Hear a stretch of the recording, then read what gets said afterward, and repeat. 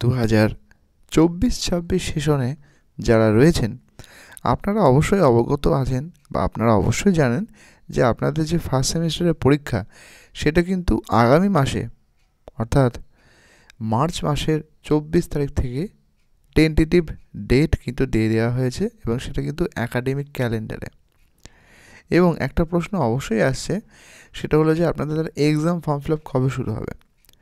যদি এই টেন্টেটিভ ডেটটাই হয় তাহলে কিন্তু আপনাদের যে এক্সাম ফর্ম ফিল আপ সেটা মূলত মার্চ মাসের সেকেন্ড উইকের পর থেকে শুরু হবে।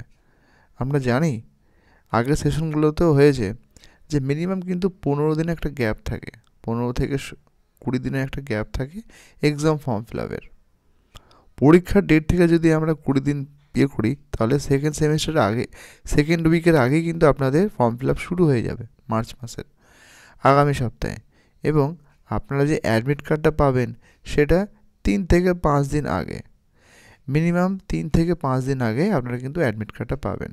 তাই এটা কীভাবে বলছি, এটা গত 4-5 বছর এবং প্রত্যেকটা সেমিস্টারে কিন্তু এমনটাই হয়ে আসছে।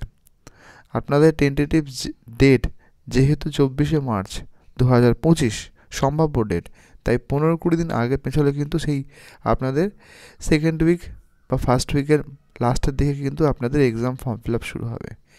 এবং অ্যাডমিট কার্ড কিন্তু পরীক্ষার 3 থেকে 5 দিন আগে বা ম্যাক্সিমাম হয়তো 7 দিন আগে থেকে অ্যাডমিট কার্ড ডিস্ট্রিবিউশন শুরু হবে।